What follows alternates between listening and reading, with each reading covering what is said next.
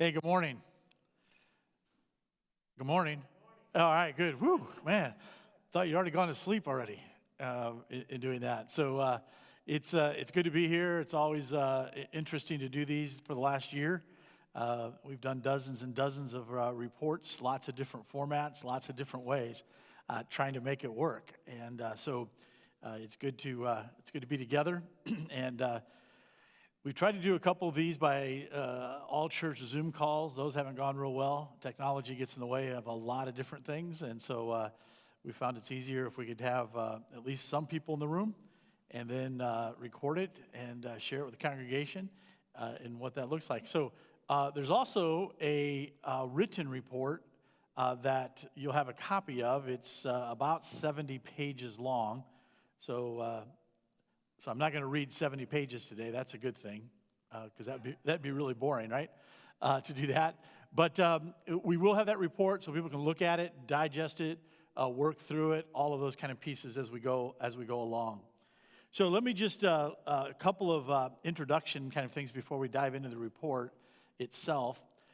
We know that everything that's happened over the last year or nearly a year has been COVID influenced. Right? Sometimes COVID determined, but COVID influenced. And so we get that.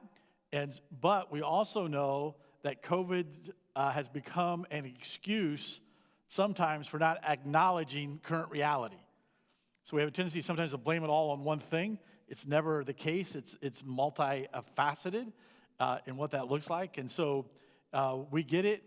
We understand that it certainly has been influenced, and so we're going to give you the report based on what we've collected over the last couple of months and information that's been there and all of those things. So I want you to imagine for just a moment that you've come to a follow-up doctor's visit after doing all the tests, right?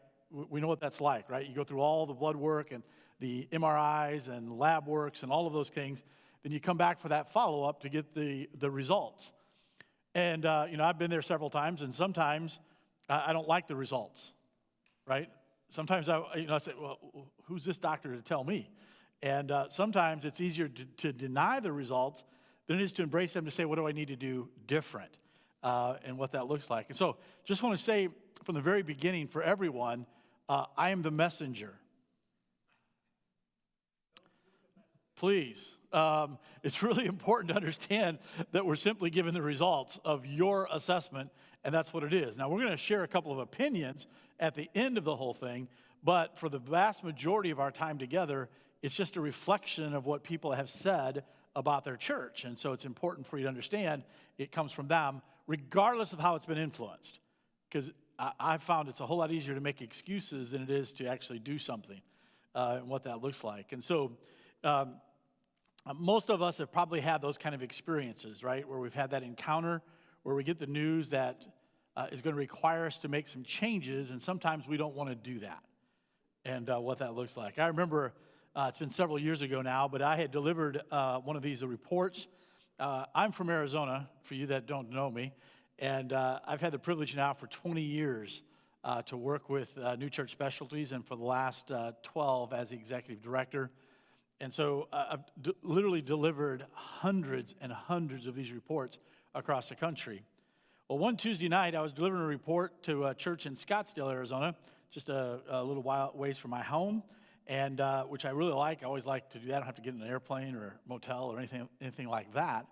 So I delivered the report. We got all done with it. It was in the evening, and I made my way back to my house, and as I was pulling in my driveway, I began to experience pains in my chest like I'd never experienced before. Thought, man, this is really weird.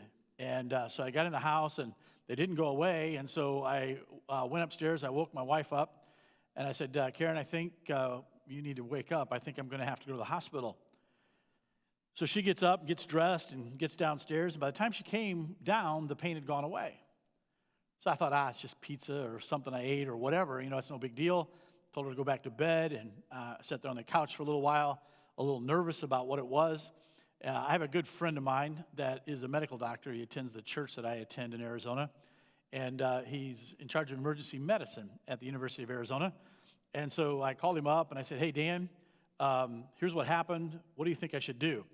And, if you ever had a doctor, a nurse, a dentist, a mechanic, a plumber in the church, people are constantly asking them advice, right?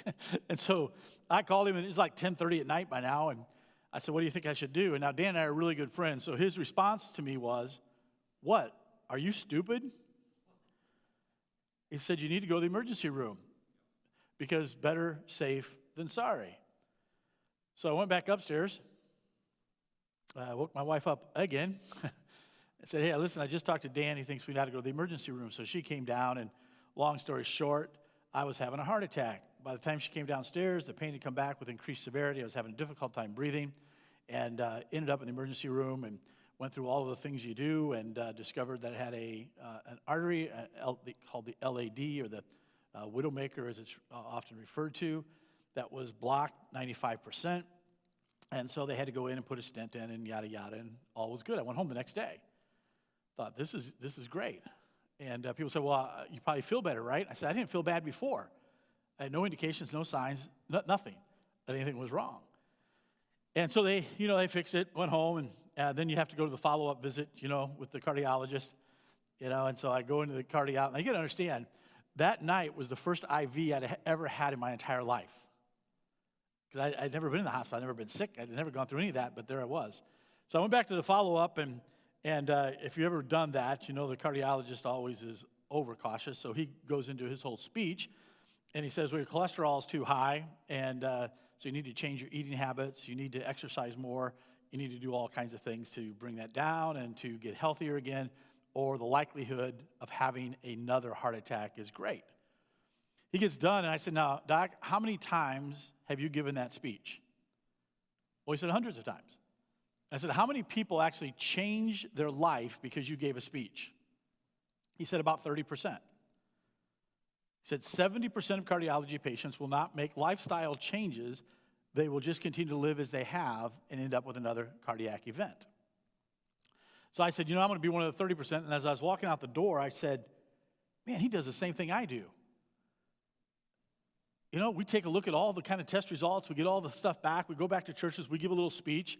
And quite honestly, there are a lot of churches that would rather ignore or deny the results and make no changes than it would to pay the pain of making necessary and needed changes.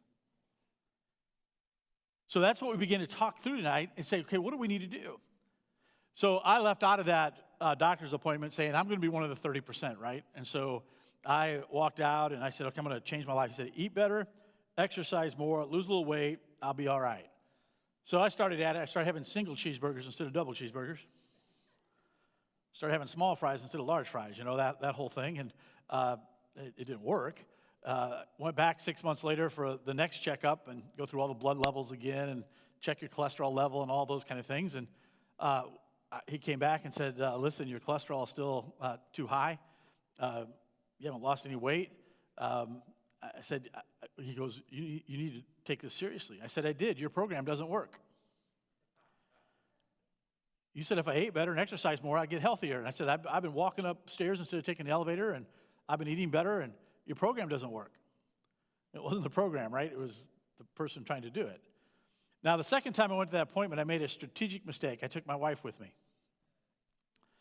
So she got to hear everything that he said and said, we need to take this seriously. And I said, okay, I will. And I spend over 200 days a year on the road, so I'm always somewhere else. And if you've ever been on the road or lived on the road, it's very difficult to eat healthy and to find time to exercise and all of those kind of things on the road. Said, okay, I will. And we went through the next couple of months. Actually, see, this October, November, December, January, February, up until February. I came home from a trip one Saturday night, and I pulled into my driveway. I have two daughters, adult daughters. And I pulled in my driveway, and both of their cars are in my driveway. I thought, this is weird. It's like 8 o'clock at night. What are they doing here? And so I walk in, and they're having an intervention. That's not what they called it. But they said, Dad, we want you to take this seriously. You tell churches all the time that they need to make a plan and follow a plan and try to work out how to be healthier. He said, you need to do the same thing. I said, okay, I will. I said, no, we're not leaving until you do. But we want you to come up with a plan. What are you going to do? Now, my youngest daughter was a swimmer in high school and a runner, and she said, Dad, here's what I want you to do. Next January, here in Phoenix, we do the P.F. Chang Marathon. I want you to run a marathon with me. I said, how far is that? She said, 26. I said, you're crazy. You see, I take very seriously the scripture in Proverbs that says, foolish is the man that runs when no one's chasing him. Right? I mean, it's that whole idea of what does that mean? I said, man, I don't know if I could do that. He said, Dad, I want you to do it. So I said, okay, I will. I had no idea what I just agreed to. Never been a runner, never done any of those kind of things. And I have another guy in our church that's a runner, and so I called him up and said, hey, Kevin, would you be willing to coach me? I want to run the marathon next January. He said, okay, I'll be glad to. He said, the first thing you need to do is be able to run 30 minutes without stopping. At that point in my life, that might as well have been an hour and a half. I mean, there's just no way. I mean, I'm running into the block and taking a break, right? And 30 minutes without stopping. So I started at it. I think it took me until about May or so, and I finally got up to the place where I could keep running, not fast, but I could keep moving for 30 minutes. And I called him up and said, okay, I'm ready. I thought I was done training. I didn't realize that was just the start. He said, no, now the training can begin. So he sends me a spreadsheet of all the things I got to do every day. Long runs, short runs, form runs, core development, all the kind of things that had to happen. And I'm thinking to myself, this is crazy. How in the world am I going to find time to do that? But I made a commitment to my daughter, so I started at it and started following his little list. It's a lot easier at the beginning, because it doesn't take much, run a half a mile or a mile at the beginning. And you start getting up and get to the 9-mile and 10-mile mark, it takes a lot longer to do, so the alarm clock has to go off a lot earlier, right, to get up and get out there and actually do it. And so it was really hard, man, because I was running on Saturdays with my long run days, and oftentimes on Saturdays I'm in a meeting all day with church leaders and church boards, and so that alarm clock started at like 5, and then it started to be 4, and then it was 3:30 when that thing would go off to get out and get the 7 or 8 or 9-mile run in before I started the meetings. I'm going to tell you, there are a lot of times that alarm clock went off, and I didn't say, man, am I so glad I'm getting up today. There were times that I didn't want to get up, and there were times I didn't want to do this because it was going to be too hard. I can tell you, we're going to talk about some things today. You're going to say, boy, I don't want to do that. I don't want to work at that. I don't want to look at that. It's going to be too hard. But I can tell you, on the other side of that is increased health. Experienced that in my own life, my own health. My cholesterol went from 220 to 130, which is where it is today. I just went to the cardiologist a month ago. The problem is I haven't been able to run for a year. I had an accident in April, just after COVID hit. I got chemical burns on both of my legs. I haven't been able to stand up for more than a couple hours for a long time. And it's still healing. It'll take a year and a half to heal. But I couldn't run. I could hardly stand, let alone run. So I got off task and what that looked like. And it's easy to make excuses why you can't instead of finding something else to do. So I went through this little 6-month period where I wasn't paying attention much to what I was eating and couldn't do the exercises that I was normally doing, and you had to make some changes. Well, I can tell you, when we talk about assessment reports, we're going to talk about some recommendations, but the specifics of that are going to have to be adapted to your culture, adapted to your current reality. So it's not like it's going to be one thing and one size fits all. It's how does this apply? And it will change from when you start as you go through the process. What I want to say to you today, the journey will be worth to get to the destination, which is increased health. And that's our whole focus. That's our bottom line of what we want to see as churches to get healthier. And so I want to just encourage you. I just want to challenge you that no matter how hard it seems, by the way, I've run 3 marathons now and 3 half marathons. So I still don't like running, but I like eating more. So I run to eat. That's what I do. So it's that whole idea of, not because, people talk about the runner's high. That's a figment of somebody's imagination, man. It does not exist in my life. Now, give me a food high. I can do that, right? What that looks like. But the idea is to say, okay, what are we going to do? Here are the results. Agree or disagree. Excuse or not excuse. Blame it on this or blame it on that. We're really good at that. Or just simply to say, here are the results. What do we need to do now? What do we need to do next in that process? So the way this is going to work out, we're going to walk through several different pieces of the assessment report. And the reason we don't send the report ahead of time to people is because we don't want you to read it with a filter. We want you to hear the why before we talk about the what. Because whenever you get an assessment, you jump to the what. This is what we should do. Often we don't pay attention to the why. So today, our focus is the why, And then you have to work on the what as you begin to have meetings and begin to digest and begin to work through how do we apply some of what we're going to hear today and what that looks like. So what I want to do this morning is share with you the heart of the report. I'll refer to the what, to the recommendations and those, but I want you to hear the heart of the report because it's really important to do that without a filter. Then, as you hear that, you get a copy of the report and begin to work your way through it, take your own notes, all of that. It'll make a whole lot more sense. And we just found that to be the case over these last 20 years of delivering assessment reports. So we're going to do a presentation today, a little bit of conversation at the end. We'll do some Q&A if you have those. The conversation, though, in detail, will happen among all of you as you begin to digest, as you begin to take a look at. So we'll do a little Q&A, but it really is a presentation today. Let the conversation happen afterwards as we jump in to do that. So when we talk about the report, there are several different pieces that we're going to look at. The first piece that we're going to take a look at is the church health, an overall view of the health of the church. Now, I'll let you know, this will be the longest of all the sections, all right? The rest of them will go pretty fast. We do spend a little time here just to understand the overall part of the church. Then we'll take a look at the life cycle. Where is the church on the life cycle from beginning to end? Every church has one. We'll talk about that. We'll talk a little bit about statistics, not a lot, but we'll talk a little bit about statistics in doing that. And then we'll look also at leadership capacity, or we call it leadership summary, identifying balance and what we need or what some of the needed gaps are that are there. And then we'll take a look at all of those surveys, face-to-face interviews, comments, all of those kind of things that were written, and we'll kind of work our way through what that began to look like. Then we'll take a look at just a bit of first impressions. This is from a guest perspective. Now, we get it. Man, we're doing this all year long. Our assessment Sunday was your first Sunday back after, before you had shut down again. That was the first Sunday back, so we get all that. But it's just a first impression experience of what that looked like. Then we'll talk a little bit about recommendations and the summary of conclusions, which become a really important part of understanding the dynamic. Now, when we get to the recommendations and to the overall observations, those will be ours. All right, so we're going to make some recommendations based on the data. The data is yours. I mean, you could argue with it or say it's not true, but it is your data said by people that attend the church. All right, now we get it. It's COVID influenced, but there's also some other things that show up that I think we've got to pay attention to in that process and what that looks like. Then we'll spend a little time talking about questions, as I said. If you have a question that comes up in your mind, we'll give you a chance to ask that as we get to the end of our presentation and time together. All right, so what I want to do is start with church health. Now, let me just give you a little background. 20 years ago, actually almost 26 years ago, we partnered with an organization called Natural Church Development, NCD for short.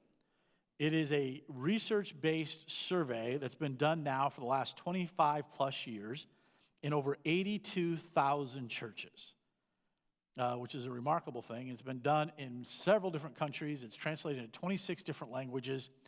It identifies a score in 8 key characteristics, right? Now, that's not the only thing we pay attention to. There's a whole lot of other things.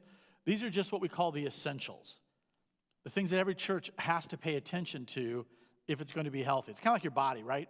There's parts of your body that you can live without. Take off your arm, you can still survive, right? Take out your heart, and you're not long to be here. So these are the essentials. These are the core things that we have to look at to say, okay, where do we score in those? Now, every time I do this, somebody always says in their mind at least, well, why should we focus on our weaknesses? Let's focus on our strengths, right?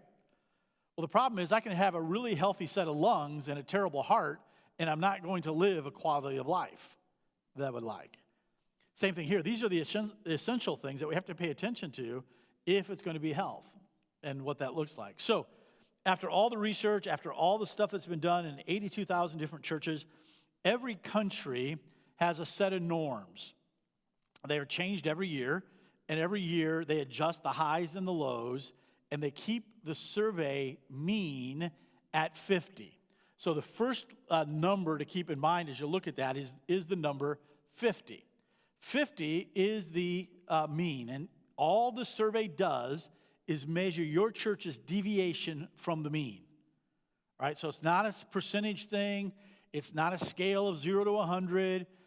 Every year it's a little different. You can have a score that's negative, and even a score that's over 100 as they adjust the highs and the lows to keep the mean at 50. It just measures your deviation from the mean. All right, so it's really important to keep in mind.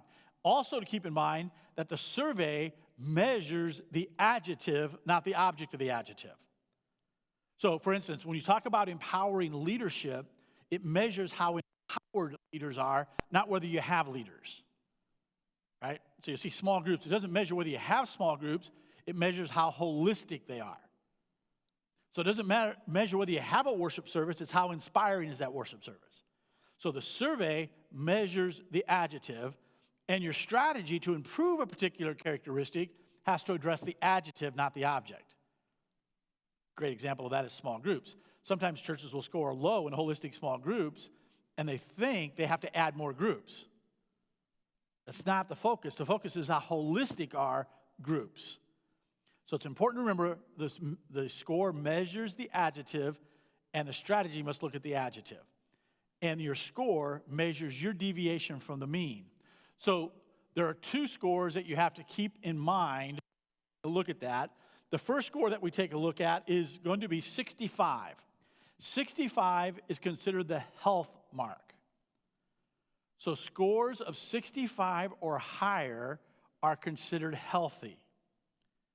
Right? So anything 65 or higher, the closer to 65, the more healthy it is. Right? So it's a deviation from your mean towards 65. Now here's the genius of this survey.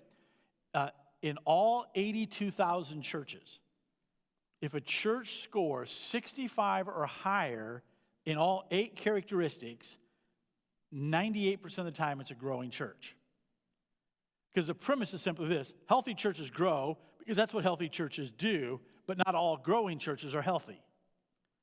So it's paying attention to the health so that growth becomes an organic, natural part of just being a healthy organism.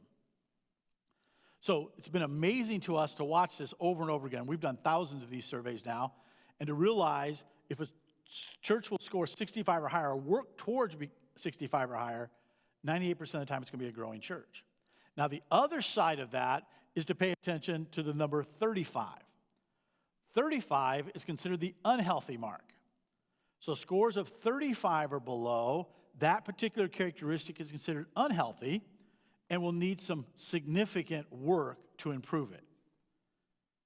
You know, it's like cholesterol level. You know, if I got a cholesterol of 140, I want to get it to 130. It's a different deal than if I have a cholesterol level of 220, trying to get it to 130.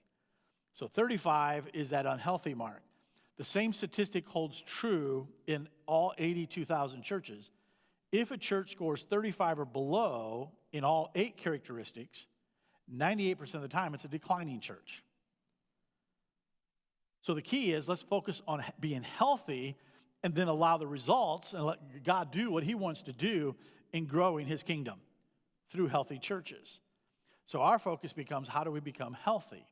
Now,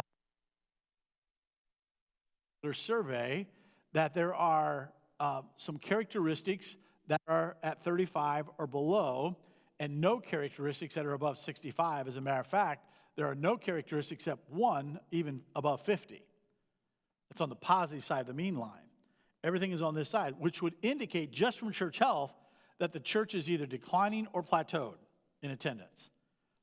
So as you take a look at the statistics, or the church health scores, without any other information, we would conclude that the church is probably plateaued or declining in attendance, because that's where your church health scores are in doing that. So you'll see the red there represent the below 35 or right at 35 or below.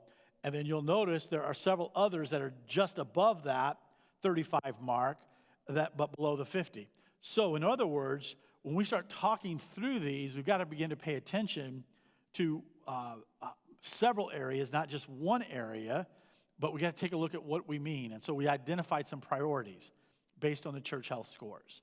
Now, I know if this is the first time you've ever heard of church health, you probably have some questions about what we mean. And so we're going to break them down a little bit, right?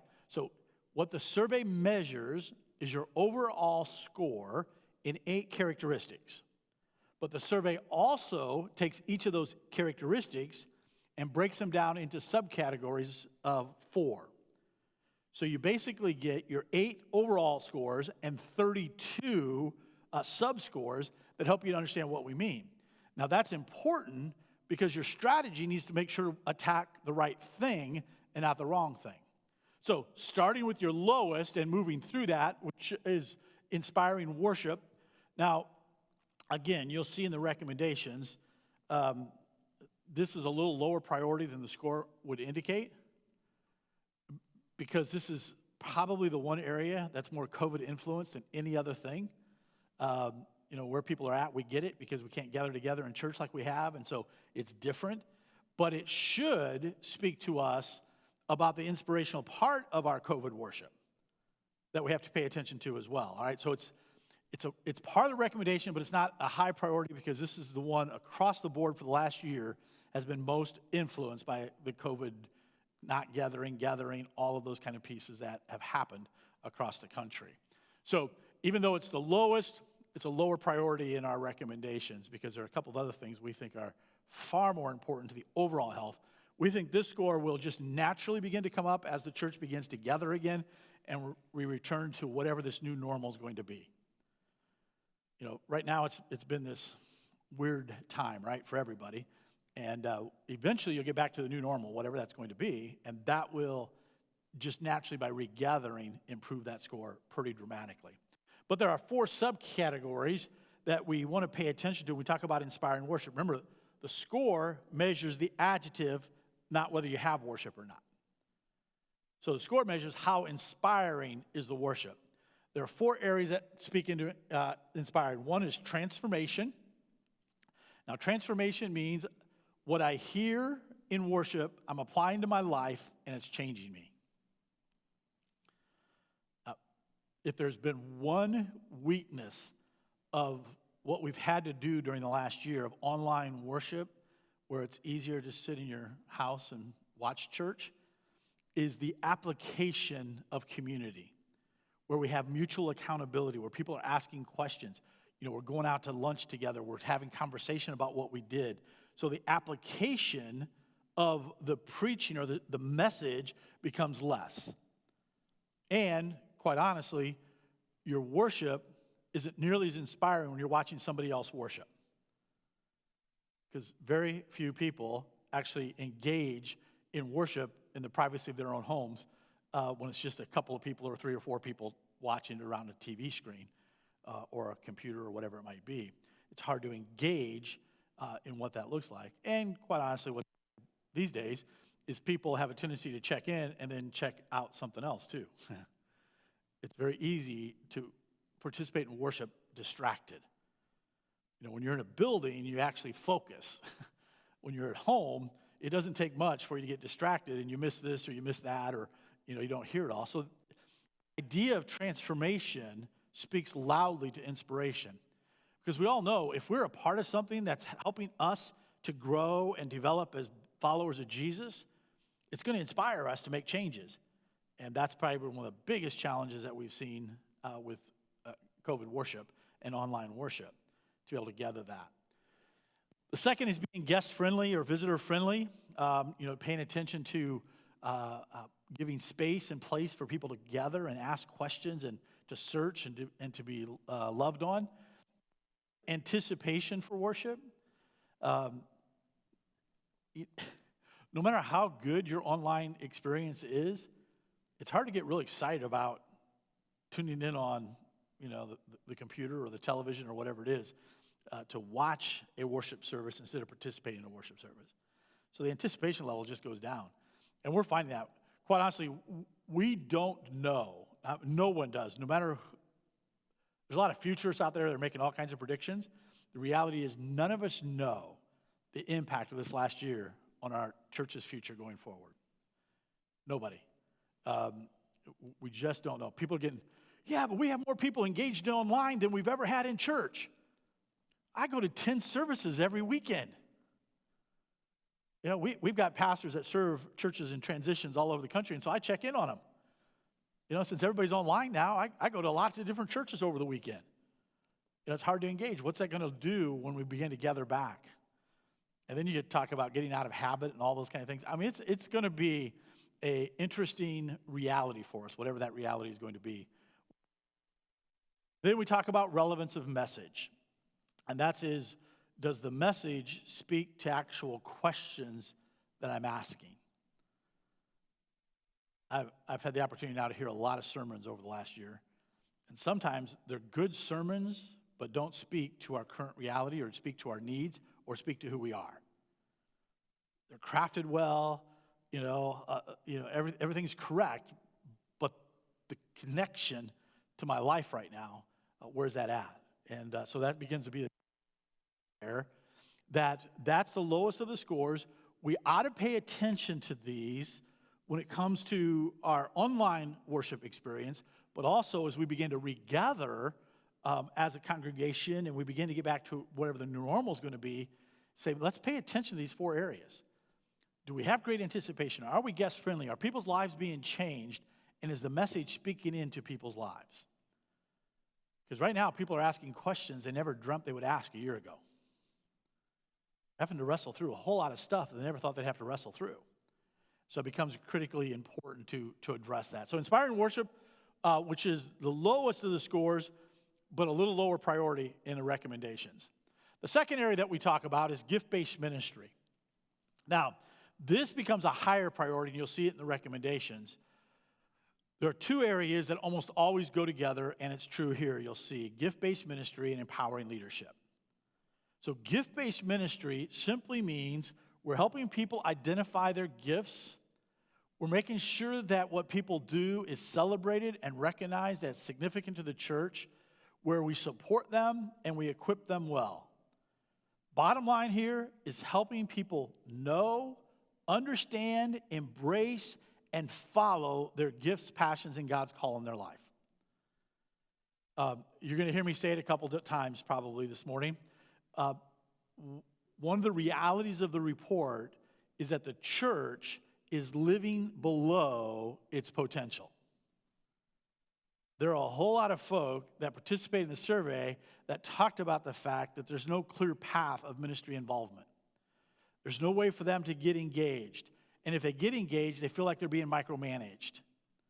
So part of the challenge is to not only help people find, discover, and use their gifts and passions in God's call, but it's to trust them and to really begin to empower them.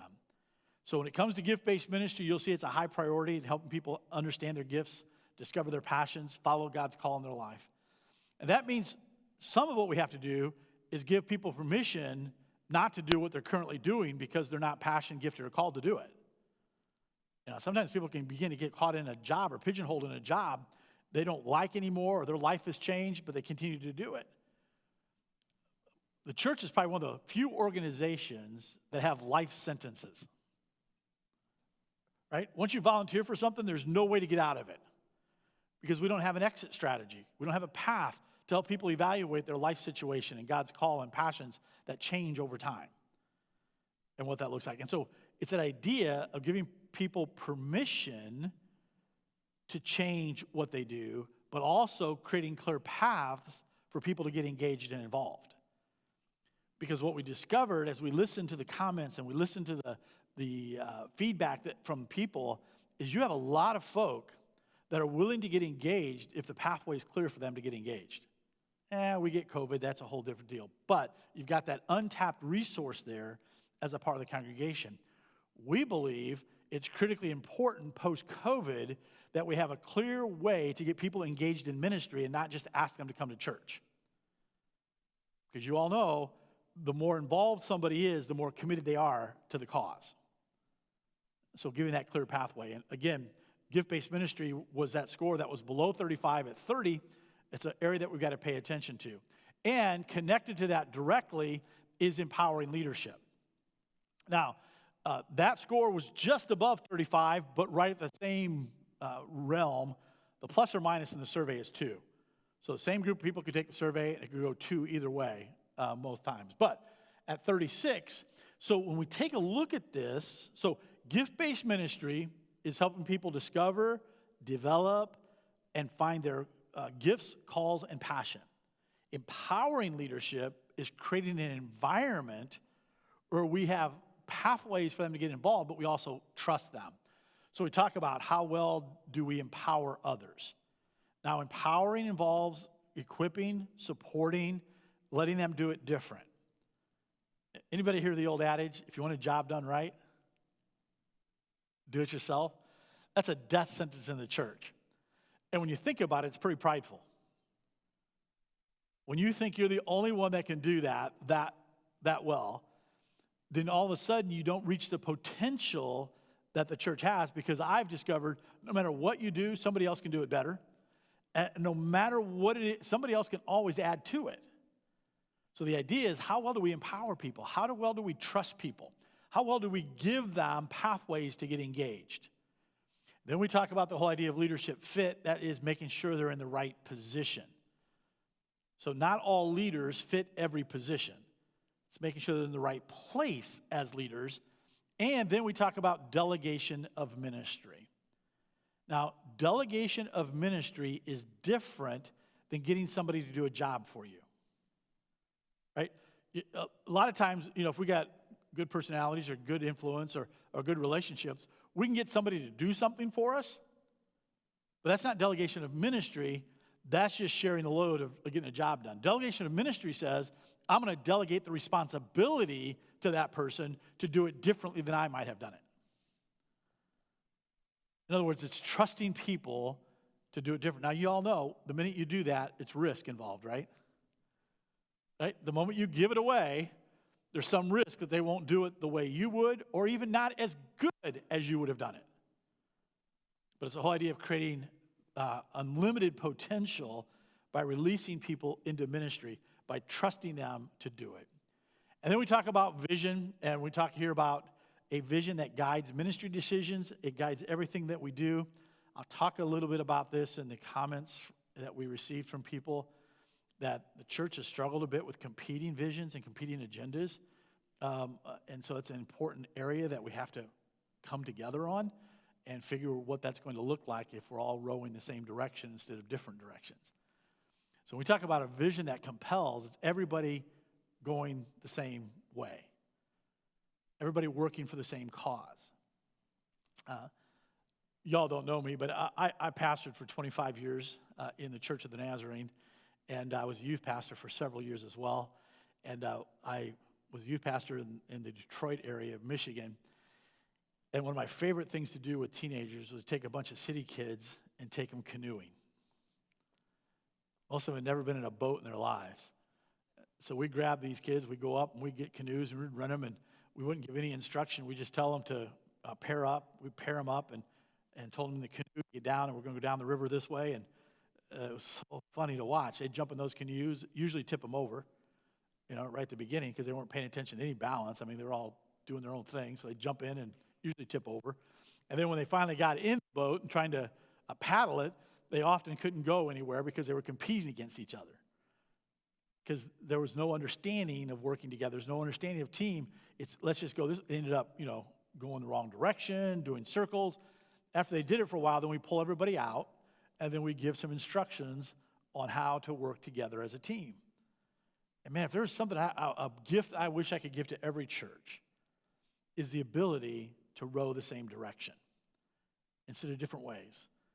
Well, I think it's important that we do this. I think it's important that we do this. I think we ought to do that. Well, when you have all of that, you have camps that are formed of support for particular areas and direction, and we're not all doing the same thing, which hurts your potential to be able to be all that you can be and as healthy as you can be. So we talk about vision and compelling vision and developing that. So gift-based ministry and empowering leadership are critically important. It's one of the key issues that repeated itself throughout the assessment. Inspiring worship is something we need to pay attention to, both online presence as well as in-person presence when that begins to, everybody can gather together again. And then we talk about the idea of loving relationships. Now, it's always important to know when we talk about loving relationships, we're not talking about whether we're friendly and welcoming, right? Every church we've ever worked with believes itself to be the most friendly and welcoming church in town. We've never had anybody say to us, we're pretty unfriendly around here, right? Because people are friendly because they hang out and they stay, and oftentimes we say, well, what about the people that didn't stay? Well, they're going to a friendly church down the road. Because every church in town believes itself to be friendly. We're not talking about that here. We're talking about relationships that go deeper. Now, the good news is that people in the church are enjoying pretty strong relationships together as individuals. So there's a deepening of relationships, and to the most part, conflict is resolved. So we don't have unresolved bitterness or anger or those kind of things that are happening. So it's resolved, and there's a deepening of relationships. So those are healthy signs. The other side of that, which brings that score down, is the climate and the atmosphere, where people are affirmed and encouraged, where there's an atmosphere of joy and encouragement, where there's a sense of enthusiasm. There's a sense of excitement in relationships. There's a sense that, man, no matter what I've done, no matter what's been done to me, I'm going to find a place that will love on me and care about me. It's that affirmation, that atmosphere, the climate within the body. Again, because that score is lower, again, COVID influenced, but we do want to pay attention to how do you create that? How do you create an atmosphere of joy and acceptance and affirmation of people in the midst of the journey in doing that? So that becomes one of those critical issues that is just part of the four that we pay attention to. All right, so creating a better atmosphere and a climate where people are affirmed and encouraged in their walk and what that would look like. Then we begin to get into the scores that were a little higher. One of those is need-oriented evangelism. Now, again, it's not evangelism. It's not community outreach. It's focused on the needs of the community. So when we see here compassionate church, we're not talking about whether the church is compassionate, whether they love people or not. We're talking about, do they know the needs of the community, and are they engaging in meeting those needs by adjusting ministry priorities? See, often in the church, community outreach is an event that we do, not a relationship that we build. So it's activity that makes us feel good, but is it based on the needs that people have that we're actually engaged with? Is it actually their need? And so understanding the needs of the community become important. Then we talk about corporate evangelism strategies. What's our plan? What's our pathway? How do people come to know Jesus through the ministry of the church? And then the commitment to personal evangelism. That doesn't mean we're actually leading people to Jesus. It means we're committed to it personally. We believe that's true. And you'll see that that's a pretty strong environment within the church. When we start talking about the purpose of the church is to see lost and broken people come to Jesus. That's good news. It's just how do we get there and what do we need to do? And then being seeker-sensitive. Now, seeker-sensitive isn't a worship style. Seeker-sensitive is simply being aware that people today belong before they believe. See, it used to be confrontation evangelism was the way we did things, right? You knock on somebody's door and say, hey, if you died tonight, would you go to heaven? Or you give them the 4 spiritual laws or the Romans road or whatever the method was. It was confrontational evangelism. People then believed, and then they joined a church and belonged. In today's culture, people will belong to the church long before they believe what the church believes. So do we have space for people that are seeking, that don't act like us or look like us or talk like us or understand our language even completely? Because today's culture will want to know whether your faith is real. They want to know, does it make a difference in how you live your life, not what you know? So it's quite the challenge for us to be seeker-sensitive. That means we give space and place for people to ask questions and to discover. Again, because that score is 42, it's one of the areas we pay attention to in an area that we start talking about recommendations on how to make sure we understand the needs of the community, how do we engage those more effectively, and what that looks like. Then we begin to talk about effective structures. Now again, effective structures and evangelism are about the same score. when we talk about effective structures, we're looking for the things of the 4 subcategories that are lower that we pay attention to make them healthier.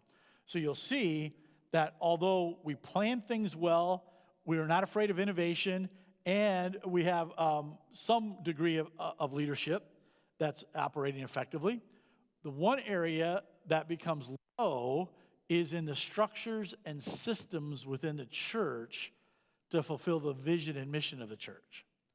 Now, here's the problem. When you have competing visions, you end up with different structures. People think we ought to do it this way. People think we ought to do it this way. People think we ought to do it this way. So the problem is having a structure that takes us to a vision that's owned by everyone, or we call it agenda harmony, where everybody's on the same page. So part of that challenge then becomes making sure the vision is clear and then building a structure and system to meeting that vision or accomplishing that vision, which means we evaluate, we make changes, we do all of those kind of things that are necessary to help us to accomplish the vision. So again, because that score is 27, that's one of the areas we pay attention to, is there needs to be an evaluation of structures and systems to make sure they're actually supporting the vision of the church.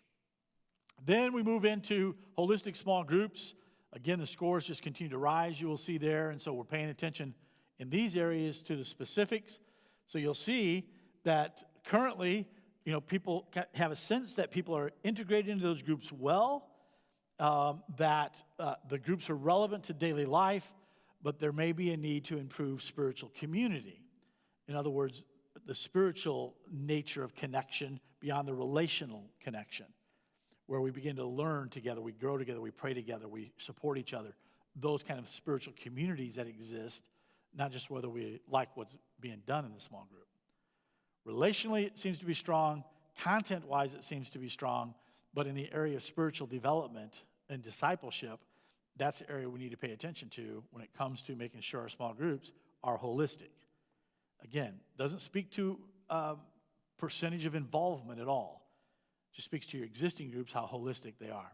Again, because our groups haven't been able to meet, and most prefer, that it's going to be influenced by that. We get that. But it also does give us some indication of what needs to happen. Then we begin to move in and we talk about passion and spirituality. That's the highest of your scores that begin to get you up to that above the 50 mark, if you will, to that 51. And here we're talking about a personal walk. It's our personal journey. It's discipleship. This is the one that speaks specifically to discipleship above all the others. So we talk about the idea, am I experiencing God in my life on a regular basis? Is it changing me? Is it transforming me? Is it impacting my priorities? In other words, is church influencing me on Monday as much as it is on Sunday? And that begins to be, again, because the first two are the lower scores, it's one of those areas that we can pay attention to, although we don't address them in the recommendations. But there are areas that we want to pay attention to. The other is passion for the church. We get it. That's COVID influenced. People aren't nearly as passionate about the church as they were a year ago. No matter what you've done, no matter how well it's been done, you're going to find there are folk in your church that just aren't as passionate, even though it may be determined to be safe to begin to gather together as we have in the past. There will be some that won't engage as quickly because their passion level has waned over the last year. It's one of the areas we haven't paid attention to. We don't know how to pay attention to it when we can't be together. There's not a sense of that excitement and that enthusiasm. But then we talk about personal walk. We're talking about passion for devotions, my own journey with Jesus. And we're talking about having spiritual connection with people. Good news is there's people love Jesus, right? I mean, they really want to follow Jesus. Certainly, the influence of our past year has impacted our ability to connect with people on a spiritual level. It's impacted our ability to connect with families, right? And whatever that looks like. But it's that idea of spiritual connection, which probably is higher in reality than what the score would indicate in that snapshot of the last year. But we do know that there are a couple of things that you discover in your survey. People love Jesus and they love each other. That's good news, right? Who wants to go to a church where you don't like Jesus and you don't like each other? Right? Nobody wants that kind of a church to do that.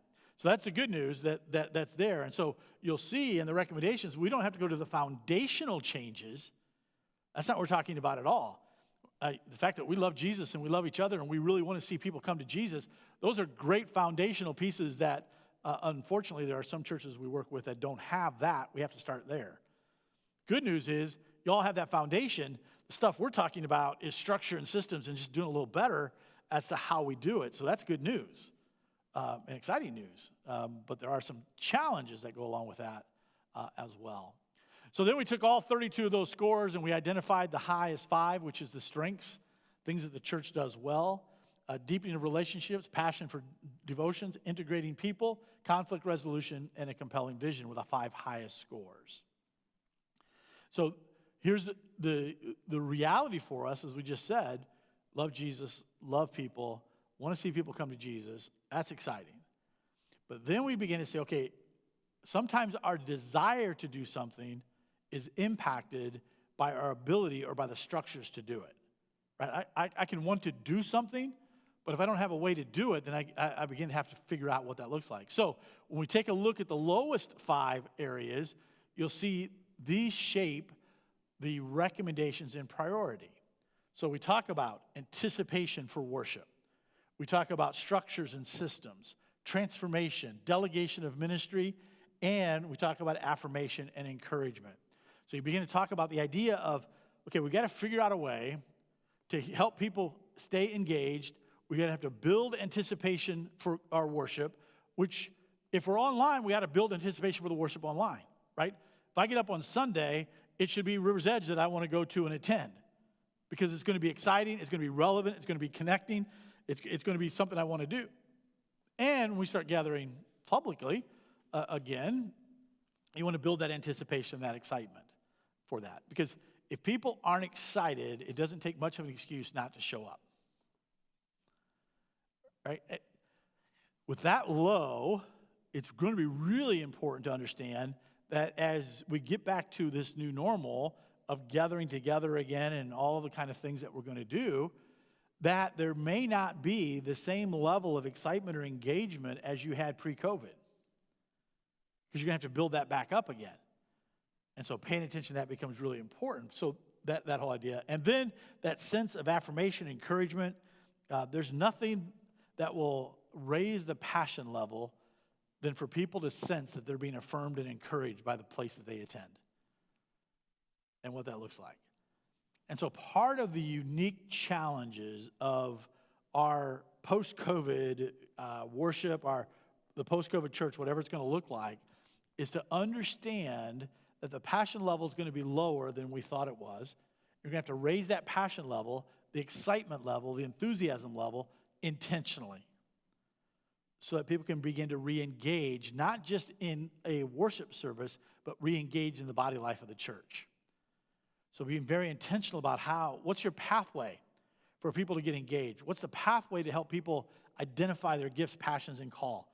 What's the pathway of helping people move from couch spectators to ministry participants?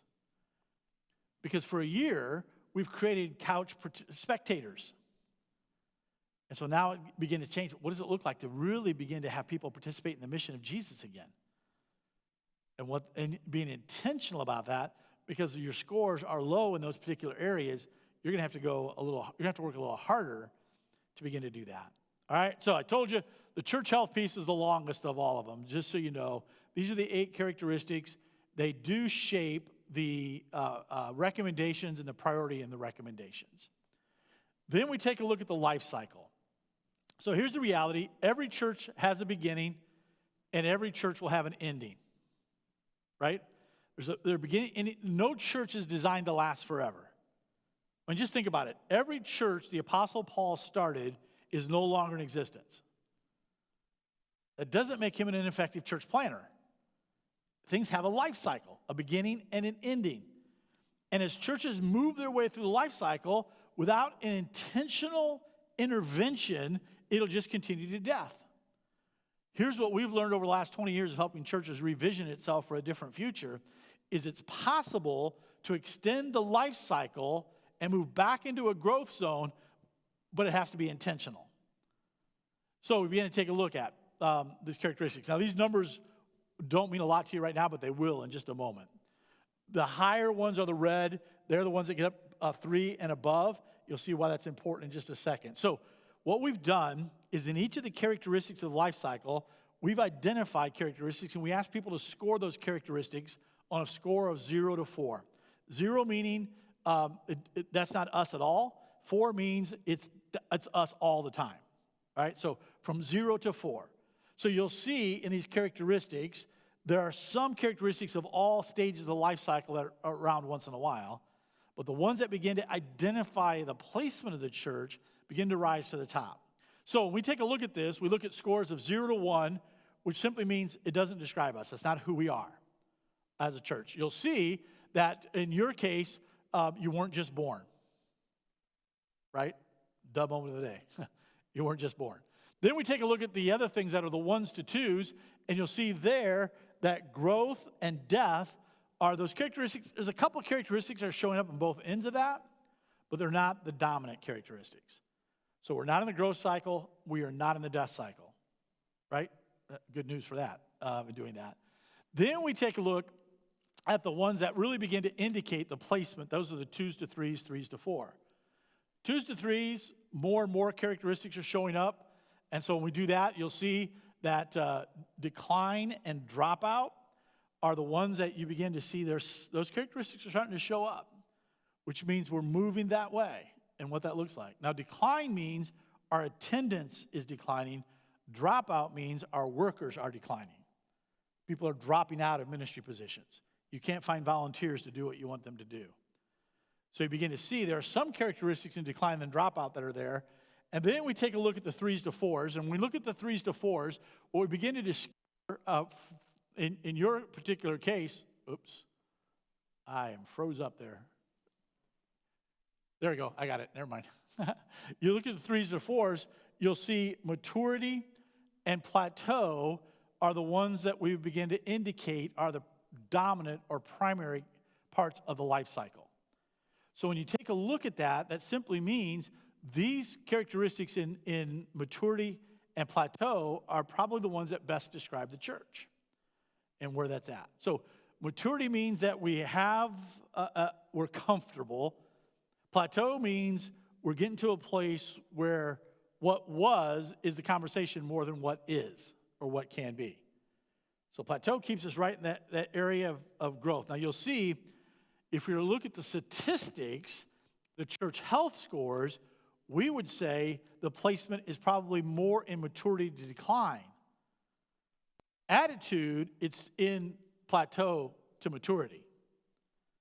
Right? That's the attitude of the congregation. Statistics and church health scores would indicate that we're probably through the plateau stage and decline is beginning to show up. But it's right at the top of the life cycle. So if you look at the life cycle as a diagram, you would say the church in attitude is between maturity and plateau. Probably in reality, it's more in plateau and starting to get into decline.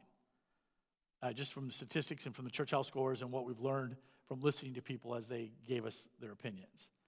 So, but in that area, now this is probably one of the most critical stages of the life cycle because the sense of urgency to do anything different is very low.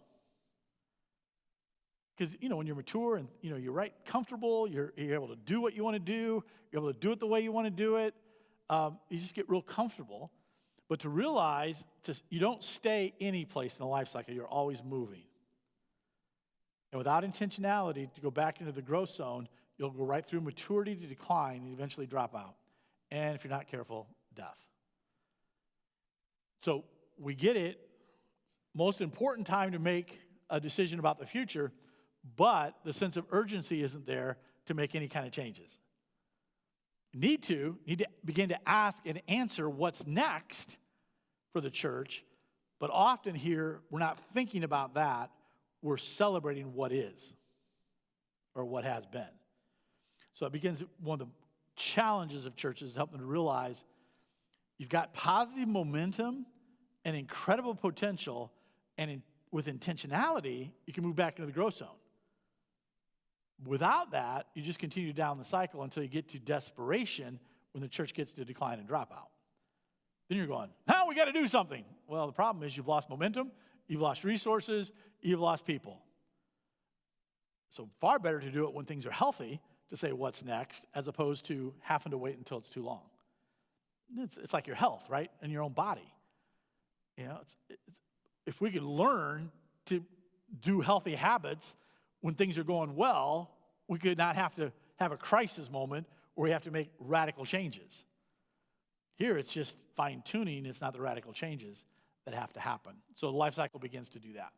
All right, then, when you take a look at that compared to the statistics, these are the attendance statistics from 2010 to 2020, and what that looks like. 2020 is a little weird in doing that.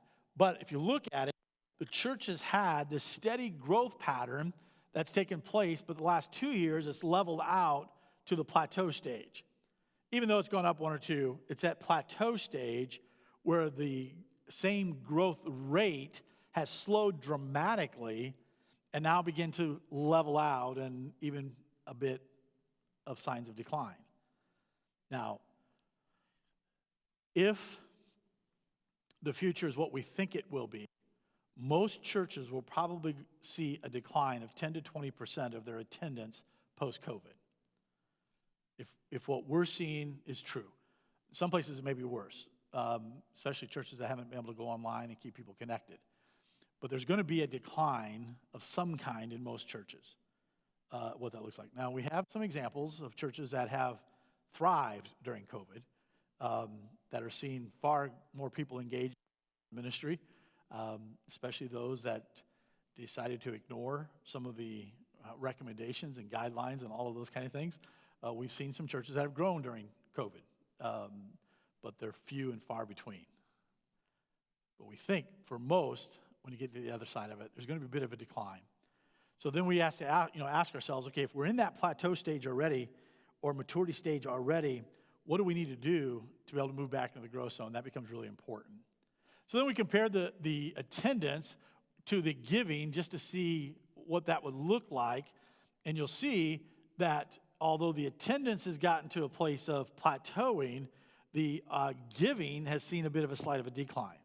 So you see up, and then you begin to see it plateaued, and then begin to even decline a bit in doing that. And so, again, if we're just looking at the data and the information, we would say the church is plateaued, moving towards plateau, and beginning to show signs of decline, which is a critical stage. And it'll be probably in the next 6 months to 8 months that the sense of urgency will begin to return to say we need to do some things a little different.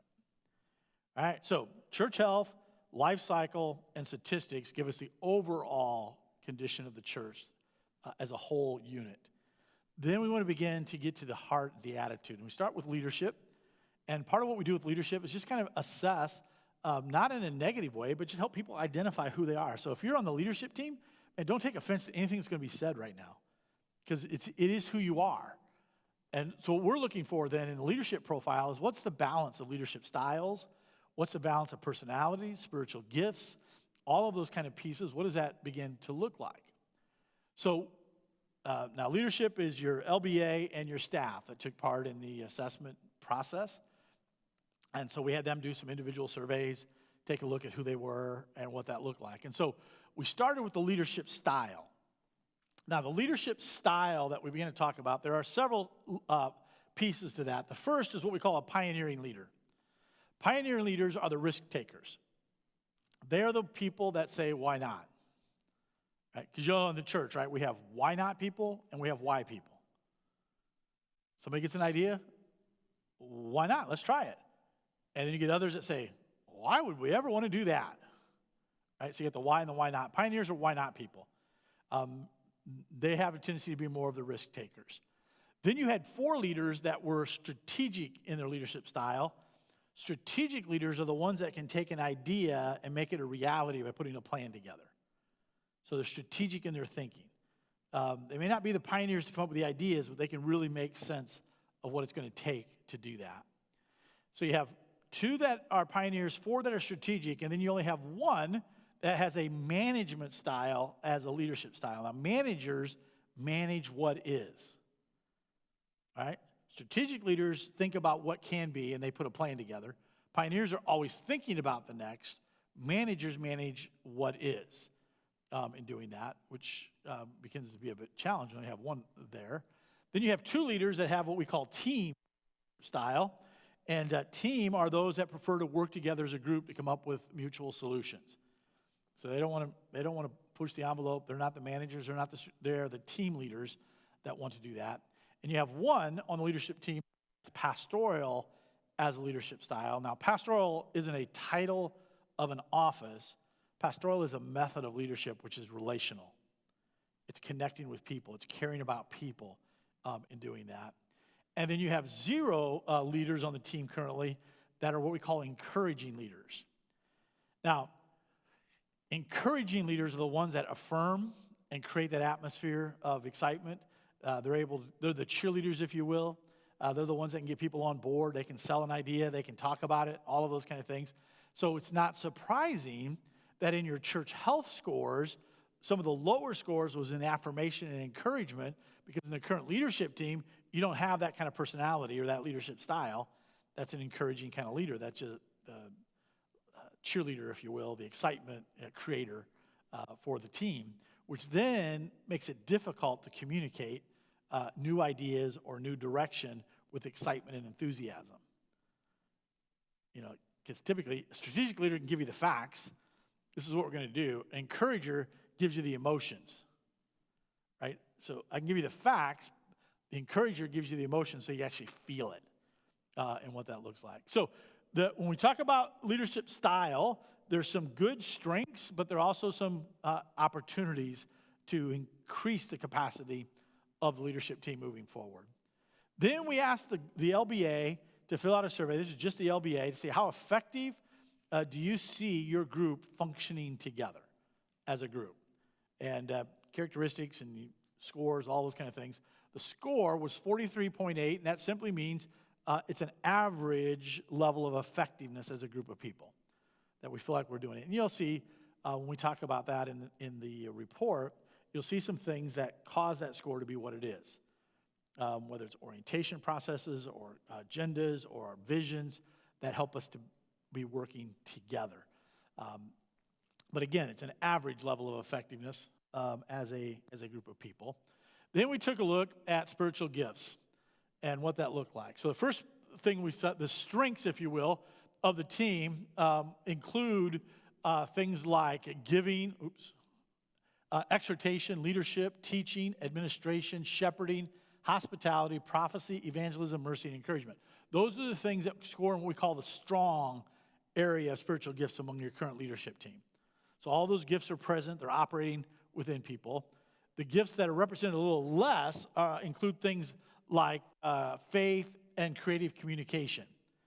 So, which follows the whole idea of low risk takers, because usually risk takers have spiritual gifts of faith that are willing to do that. But faith and creative communication are the weaker gifts. They're there, but a little weaker in doing that.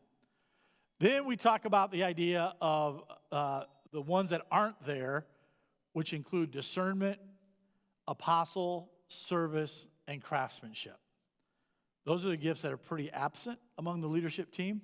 Now, apostle gifts are the new, creative, outside-the-box thinkers. They aren't afraid to try new things. And then the discernment, the ability to discern what it is that God's saying and the direction that he wants to take us. And then the idea of service and craftsmanship, which is the creative piece of doing that. Now, what does that all mean? Well, the reality is the spiritual gift mix of the leadership team is designed well to contribute resources, stimulate faith, promote Christian maturity. Team is gifted to clearly explain and apply God's word and manage effectively. The team can guide and nurture others and make others feel welcome and accepted. Those are good signs of the strength of the team. Now, the other side of that coin is to take a look at the areas that are weaknesses or opportunities, which are simply the leadership team may struggle at separating truth from error, starting and overseeing new ministries with creativity, meeting the practical needs of others, and developing practical ways to engage people in ministry.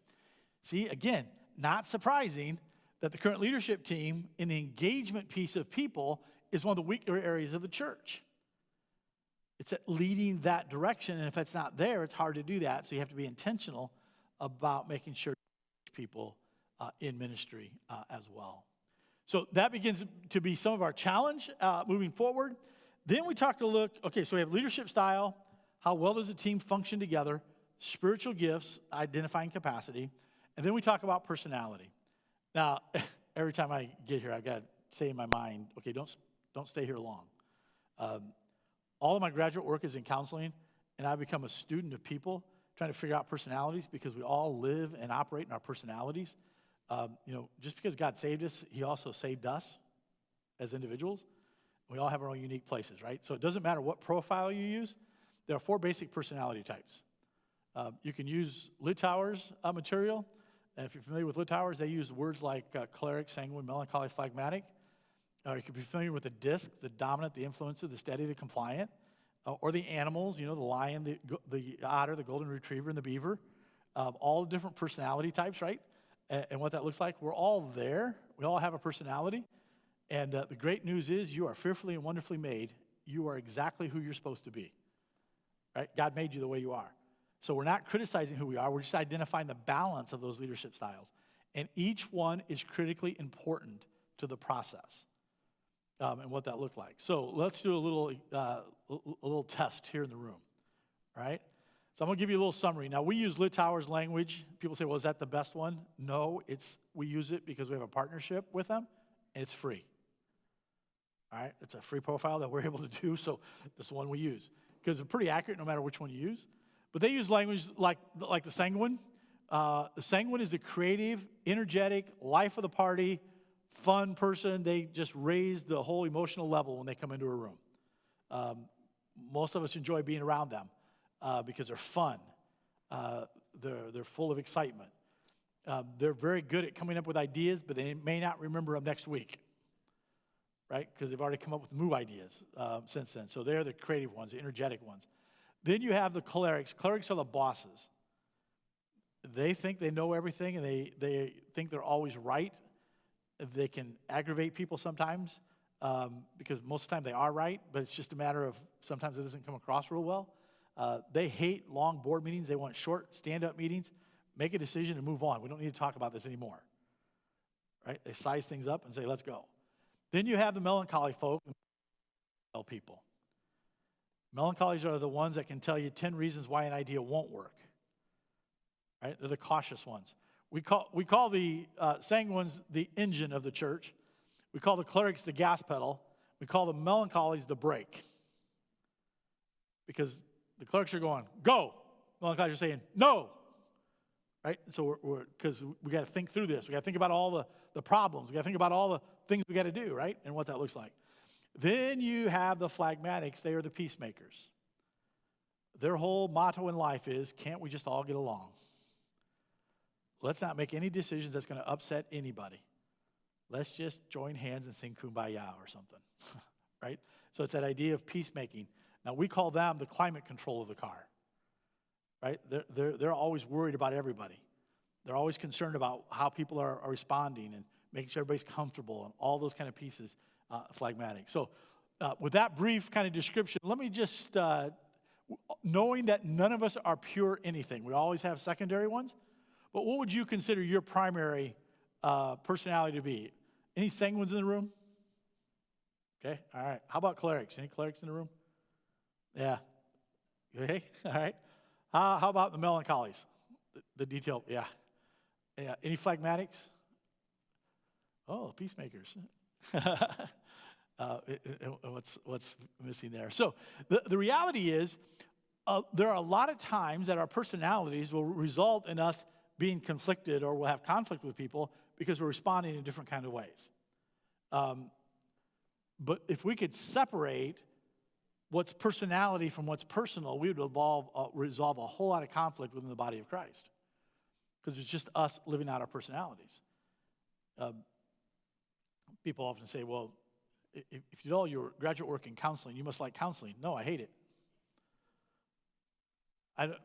I did it so I could fix me, to walk through the whole process. Because one of the papers I had to write in college was a 50-page paper on your philosophy of counseling. I called my advisor and said, man, I do not need 50 pages. I can do this in a paragraph. Matter of fact, I can do it in a sentence. Build a bridge and get over it. Right? It's an idea of saying, I realized I wasn't called to be a counselor when I had to do my practicum. I spent 20 hours a week for 6 weeks in a counseling office seeing people. So I'd see a couple on Tuesday, go through their marriage stuff, and they come back the next Tuesday with the exact same questions and the same concerns. Thinking, we just talked about that. Why are we doing it again? See, I'm not a therapist. I'm a practical kind of counselor. Let's figure out what you're doing wrong and fix it, right? That's that personality playing out. See, it's the same way here.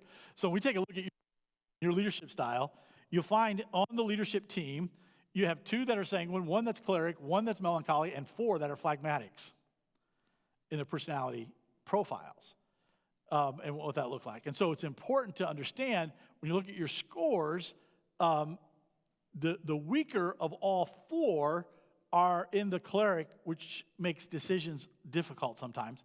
We can have a lot of conversation, but we may not make the decisions, or we may want to delay those decisions. But for the most part, there's quite a little balance there in the overall average, which speaks to the strength of the personality in that person. So we may think that we're this. We do a profile, and we may find ourselves here. And what we do when we do profiles, we have you fill out a profile, but when we do leadership development, we have people fill out a profile for you. Because what you think isn't always what others see in your life. We call those blind spots, right? In our lives, and how to figure that out. So we talk about leadership style. That begins to help us understand how the leadership team functions. So what you discover in that leadership profile is that the weaker areas of the church are a direct result of some missing leadership people that aren't on the team, especially when it comes to the whole idea of affirmation and encouragement and energy and excitement and creating a sense of spiritual gifts and passions, helping people discover where they live. All right, so that's leadership. Again, it's not a criticism. We're all different. We're all unique. It's important to realize how balanced or unbalanced we might be in all of those areas. Then we did a whole series of surveys. I'm not going to spend a lot of time here, but I want to give you kind of we call this the heart of the church. This is what people said, either in writing or face-to-face. Writing gives us information. Face-to-face gives us heart and emotion. And we begin to identify in what that looks like. So let me give you a little summary. We had 57 written surveys and 30 personal interviews, a total of 70 different people that participated in this portion of the assessment. All right, so we had 57 written surveys, 30 face-to-face, 70 different people. So some did both in what that looks like, but 70 different people. Here's the age breakdown of who took the survey and what that began to look like. You'll see a good representation of all different ages, from that 15 to 25, 26 to 35, 36 to 35, et cetera. So you'll see there's a pretty good balance of ages that took part in the survey. That's always good news because that gives us indication that we get a good representation of the congregation to participate. Then we also kind of break it down and say, okay, how many females, how many males took it, because we have different perspectives. So you'll see 52% male, 48% female. One of the few and rare churches that we work with where there were more males than females. That's pretty dramatic. Usually it's 60-40 the other way. That's our average of all these assessments that we've ever done. So here we had more guys that felt like they were comfortable in filling out the survey. Some of that is because we did it online and gave them an opportunity to click a link and to fill it out. But we had a good indication. So the ages, a good mix of male and female. And then we asked the question, how long have you been a Christian? Now, we didn't define it. We just said, how long have you been a Christ follower? And let you define what that meant to you. But you'll discover that a huge percentage of folk have been Christians longer than 10 years. The vast majority of people that attend the church have been Christians quite a few years, and what that looks like. Then we ask the question, how long have you attended this church? Right? Get an idea of, do we have new people, old people, people that have been here a long time? What does that look like? So here's what we discovered when we asked that question about how long have you been in the church. 55% have been here less than 5 years. That's a huge number compared to what we normally would get and looking at. So a lot of folk that took part in the survey were people that are relatively new to the church and the body life of the church. So it's not surprising that those folk also would say, we're not engaged beyond worship, because you don't have a clear pathway to engage. It ought to speak to us volumes of the importance of helping newer folk get engaged in the body life of the church and creating those clear pathways for people to get engaged. But why is this important? Well, you'll notice that a huge percentage, nearly 70%, have been here less than 10 years, but the vast majority of them came as already believers. So the reality is the church is doing well at reaching people that are already established in their faith, with very little evangelism that's been happening in the last few years. So most of the new folk, 70% in the last 10, 55 in the last 5, have come in the vast majority as already believers. So the church becomes a nurturing center, a discipling center, as opposed to an evangelistic center. And sometimes that begins to be a shock, to our system. Of course, do we talk to everybody that's a brand new Christian? No, but anybody could fill out the survey that wanted to. And it's not surprising that people that attend the church would be the ones that would be likely to do it. They had a little history to what church. But it does give us an indication that who we're reaching well are those that are already established in their faith. And that pool is getting smaller and smaller, and it's the pool that most churches are fishing in. People that have already been in church somewhere and have moved here, changing pastures, whatever it might be, could be the reason. And then we talked about the idea of how far people drive to the church. This helps us identify what we call the ministry impact area. And every church has a ministry impact area. We're just identifying what that looks like. So you'll see the vast majority of people at your church are within that 6-mile radius of the church. Some on the outside that come a little more, 6, 7, 8 miles. But for the most part, the majority are within that 6-mile radius of the church. That drive 10 minutes or 15 minutes or less to the church and what that looks like. Now, there always is on the edges, but we pay attention to where the majority is to identify the impact. So then identifying that impact area is important because we'll talk about the community profile in a moment, but also to understand who the church is most likely reaching. You'll see that 72% of the people that completed the survey are married in a traditional kind of family setting, but then you also have single, never married, divorced, not married, and widowed, not remarried. And you'll see that there's a portion, 28%, that are in that single category. Different reasons, but are in that single category to do that. Now, if you're comparing this to kind of an average, most churches will score 80 to 85% traditional family marriage. So there's a bit of an impact that you're having on singles, which is not insignificant. And not insignificant is the fact that you're reaching lots of different ages. There are dozens of churches that would like to figure out how to do that. Then we said, okay, let's take a look at what you would consider the priorities of the church. Now, when we talk about priorities of the church, we identified 7 of them. These aren't the only things, but these are the ones that we identified as potential priorities. We asked you to rank them on a scale of 1 to 7, with 1 being the most important thing, 7 being the least important in your current priorities. So you'll see that worship, prayer, and fellowship were real close together in those 1, 2s, and 3 categories. Then you moved into discipleship, community service, evangelism, and international missions, which is, for the most part, almost everybody was a 7. It was way on the other side of that. So you'll see worship, prayer, fellowship, discipleship, community service, and evangelism in that order that people would say these are our current priorities. So then we ask the question is, what would you prefer them to be? So those are the current, what would you prefer them to be? And this is the way that people ranked them. Same scale, 1 to 7, 1 being the most important. Prayer, worship, discipleship, fellowship, evangelism, community service, and international missions. Now, what does that all say? Well, let me just put them up side by side for just a moment so you can see what they look like. You'll see in the current priorities, preferred priorities, very similar. In other words, most people are very comfortable with the current reality of the church. With, prayer and worship flipping, but for the most part, the average score was very similar in both cases to do that. So worship, prayer, fellowship, and discipleship flipped there, and then evangelism, community service flipped, and international missions. The challenge is that evangelism remains a low priority, both in current and preferred. Why is that important? Well, one of the questions we ask is, what do you think the purpose of the church is? Guess what the majority of people said? Evangelism, to reach lost and broken people. But yet in our preferred and current priorities, it becomes lower because the church is in the maturity to plateau stage of the life cycle, puts you in that place of comfort.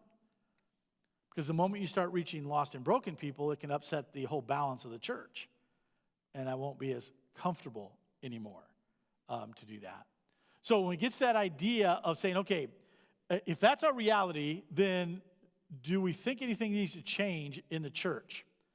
Now, I told you at the beginning, the sense of urgency is very low to make any kind of changes in the church. There's a level of comfort in doing that, and this begins to, we said, do you think the church needs radical change, significant change, some change, a little, or no change at all? You'll see that 49% said, okay, tweak a couple things, but don't change anything, especially stuff that I like, right? So just tweak it, but let's keep things pretty steady. So the sense of urgency isn't there. There is a group of people, and it stayed consistent throughout the entire assessment. There's a group of people that believe the church needs to make significant changes in order to be effective at reaching lost and broken people. It's a small group, so the sense of urgency is not great, but there is that small group. Here's a challenge. If we don't provide a pathway to do that happen, the small group of people become really frustrated. It's about 20% of the folk that are there that say, we need to do some things. But the vast majority are going to be a little reluctant to make those changes because they don't sense the need. So what we talk about is we got to change the heart before you change the action. So you got to get to that place where we really believe what we say about the purpose of the church is more than just something we say. It's actually something we do. So then we ask, okay, if that priority is a little low, how open, embracing would the church be of somebody that would speak into the current reality of the church? This typically follows that pattern of that first slide of needs to change. Usually it's pretty similar. Here it's a little different because the need for somebody to come alongside is seen as more significant here than whether we want to change or not. So people are open to the idea of having people speak into or to help or to assist in the process moving forward. So that was interesting for us to identify, because usually these slides are almost exactly the same in the assessments, but here it wasn't that way. So we're open to it, but we don't want you to make any changes. Right? That's been my life for the last 20 years. Church calls you in, but they want help, but they don't want to make any changes. And so it's like, I have to begin by saying, change is not a swear word. Right? It's a natural part of anything that's alive. And what that looks like. But it's interesting. Then we take a look at a personal willingness to help or to involve or to be engaged in the church.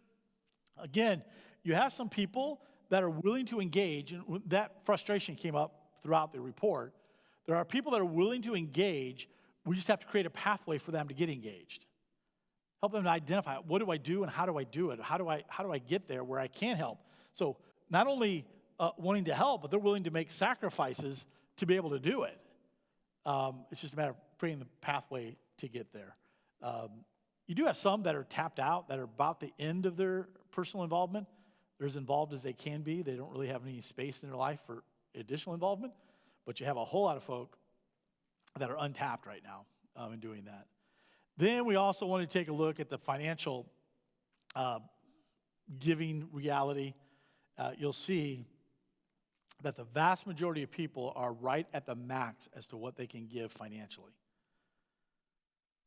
So people are willing to continue to tithe and help. They're willing to give extra if needed. And there are some that say, listen, I'm tapped out. The reality of competing visions and the lack of clarity for the future will impact people's willingness to give. You know, it used to be, in the world that I grew up in as a young Christian, people just gave to the church because that's what everybody did. Now people have a tendency to give to the vision and to the cause, not just give to the church. So that creating that compelling vision for the future becomes critical in order for people to really step in financially and with their time as well, and what that looks like. All right, then we ask some questions. Church, I'm not going to spend a lot of time. They're in the notebook, but I want to just put them up on the screen just so you can see them, because it did impact. We just asked some questions. What do you think the church does really, really well? We made no judgments. This was a blank piece of paper exercise, so we didn't give any suggestions. People could write down whatever they wanted to write down or whatever they wanted to say in the interview. And then we captured those and we collected those and we put them all together into what we call the trends. So anytime anything gets to a 10% level, we call that a trend because we believe other people would have selected it if they had thought about it. When it gets up to the 20 and 30%, we know that it's a trend. And above that, we can tell you that's the way that most people in the church feel about those. So achievements, we talked about community outreach and life groups and children's ministry and preaching, welcoming and friendly, online services, worship service, connecting with new people, and communication were the things that were mentioned most often as achievements. So again, it just speaks into what people do. Then we ask the other side of that question is, what are the hindrances? What are the things that we need to pay attention to if we're going to begin to move forward? And no clear or unifying vision was the most prominent. COVID limitations, that's every time we do assessment during this season, that shows up in everybody's hindrance, just so you know. That's not unique to here. It's really the reality of the church around the country. Division among staff and congregation, lack of discipleship, and a lack of leadership development were the things that were mentioned most often by those in the congregation as hindrances. Again, if you compare it to the church health scores, they parallel. It's not that people are ignorant of what the church health scores are. They understand there's a need to empower more effectively, to have a vision that's going to unify, to make sure we pay attention to discipleship and that we create unity around a cause and what that's going to look like. No room for competing visions or desires. Then we began to ask another question, what goals would you get excited about? Man, if there's anything you'd write down, what goal could you get excited about? Effective community outreach, church growing, finding a new lead pastor, just so you know, that shows up every time we are doing a church in transition. We've yet to have a church say we don't want to find a lead pastor. They want to do that. Clear plan for discipleship and clarifying the vision were things that were goals that people would get excited about in doing that. Then we asked the question, how would you describe the character of your church? We didn't say positive or negative. We just said, how would you describe it? In adjective kind of form, it's welcoming and friendly. I already told you, every church in America thinks themselves welcoming and friendly in doing that. Bible-based, loving and caring, generous, community-centered, in limbo or wandering was the only negative one that began to show up in the character of the church. A sense of being without direction in doing that. So some of the characters. Then we began to ask the question, what do you think the purpose is? I already told you a little bit. Oops, sorry. Let me go. We changed that one up. Hold on a second.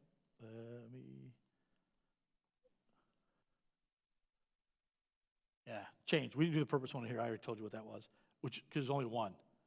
When we asked what the purpose of the church was, to reach lost and broken people. That was the purpose. And then we talked about change. What would you like to change? If you could change anything, what would that be? Choose a direction, develop clear discipleship plan, clarify the role of the staff, and quality children's programming were the things that were mentioned most often by people that said, hey, this is what I would like to change. If I could change it, this is what I would like to change. Again, when it talks about choosing a direction, it talks about competing agendas.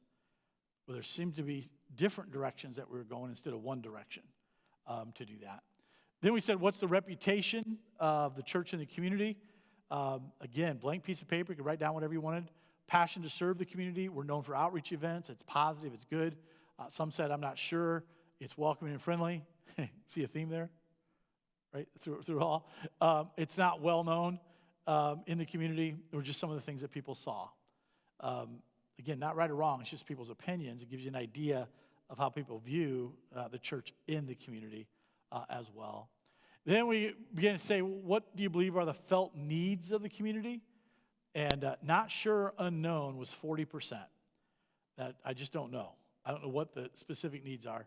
The ones that even began to approach any kind of trending was addiction kind of issues or poverty or need for food.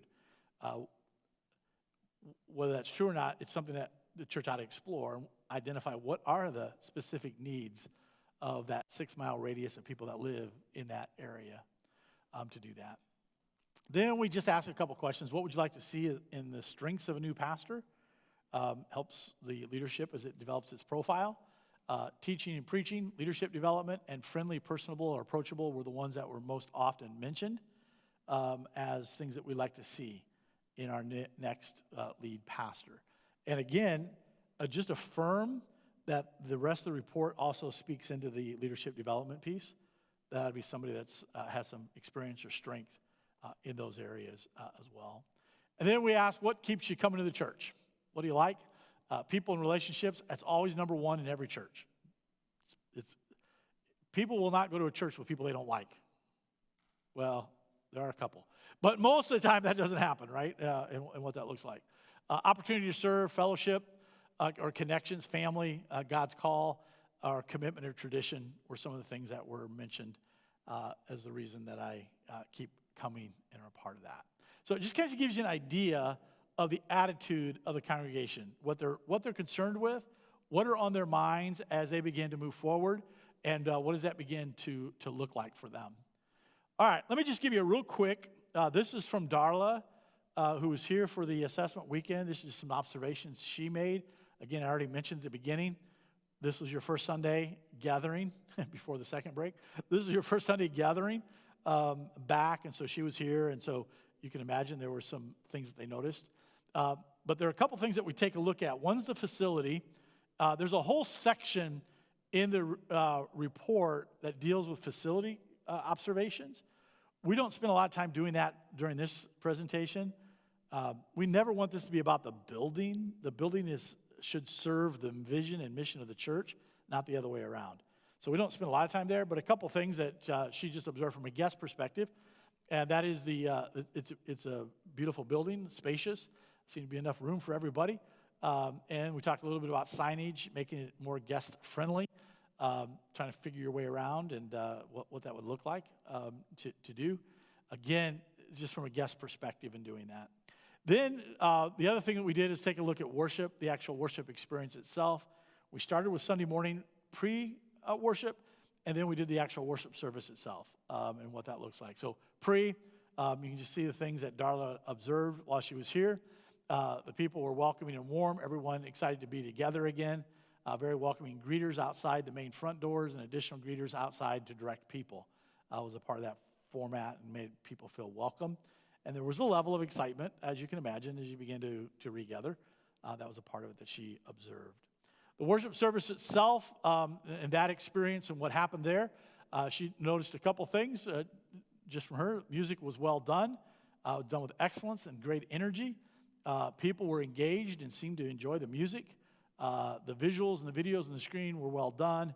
Bible trivia pre-service was interesting, but asking why do we do that is always an important part, right? Why are we doing that? What's the purpose of whatever we do during the worship and figuring that out? Then the other thing that we do, and again, we don't put a lot of decisions or direction based on the first impressions. We just want you to be aware of what a guest experienced that particular Sunday to do that. But one of the things that we do pay attention to is the online presence. The online presence, because y'all know people will Google you before they ever show up at your door. So what does that look like, and what does that do been? Now, let me just tell you, I don't know who does your online presence, but kudos. Great work. So I don't know who's doing it, but great work doing that. Yeah, that's all right, man, because it is well above average when we do this, and we do a lot of these, and we assess a lot of online presences for churches and what that looks like. And one of the better ones, if not one of the best ones, we discovered here. And so thank you for that, whoever's doing that. It's an attractive website. It's easy to navigate. A few more photos of people actually attend the church would be helpful because people want to know, will I fit in there, right? And I know you got to get all the permissions and all that kind of stuff, but it's the idea of when people go to your website, they want to know, okay, will I fit there? Will I look like them? Because nobody wants to be singled out or look different, right, and what that looks like. There's a Facebook page with 653 likes that's utilized well on a regular and consistent basis, which is really exciting because sometimes churches have Facebook pages and they just aren't managed well. There is an Instagram account with 143 followers. It's used to share videos and announcements. There's a Twitter account with 86 followers used to share those same video and announcements. That account is not linked to your homepage on your website. Everything else is maybe good for those that like that method or model to consider it. And you know how it is with any kind of social media. You're always having to be aware of what the trends are, you know, where things are going and what's the future and all of those kind of pieces. You know, the reality right now is if you're 50 and over, Facebook is the way to go.